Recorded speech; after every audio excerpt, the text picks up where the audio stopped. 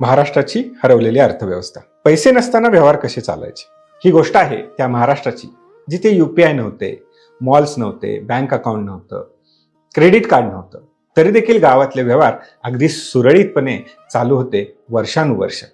मग कसं? चला समजून घेऊया. कल्पना करा, गावातील लोहाराने तुमचा नांगर दुरुस्त करून दिला.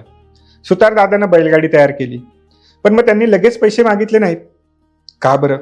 कारण त्यांचा मोबदला दररोज मिळत नव्हता. शेतकऱ्याकडे पीक आल्यानंतर धान्याचा ठरलेला वाटा तो या प्रत्येकांना देत होता. या धान्याच्या वाट्यालाच बलूत म्हणलं जायचं आणि या शब्दावरून बलुतेदारी ही पद्धत निर्माण झाली. ही फक्त धान्याची देवाणघेवाण नव्हती, हा होता विश्वासावर उभा राहिलेला एक व्यवहार, एक अशी व्यवस्था जिथे सेवा आधी आणि मोबदला नंतर.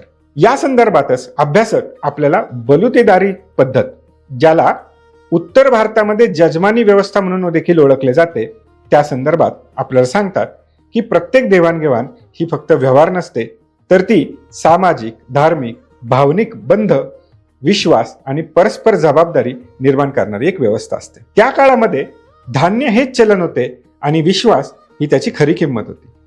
आजही आपण जेव्हा बँकेकडे चेक देतो, UPI ने पेमेंट करतो, व्यवहाराची पद्धत आपल्याला बदलतेली दिसते, परंतु विश्वास हा मात्र आजही अर्थव्यवस्थेमध्ये आपल्याला तसाच राहिलेला दिसतो. म्हणूनच म्हणतो, अर्थकारण समजलं तर समाज समजेल.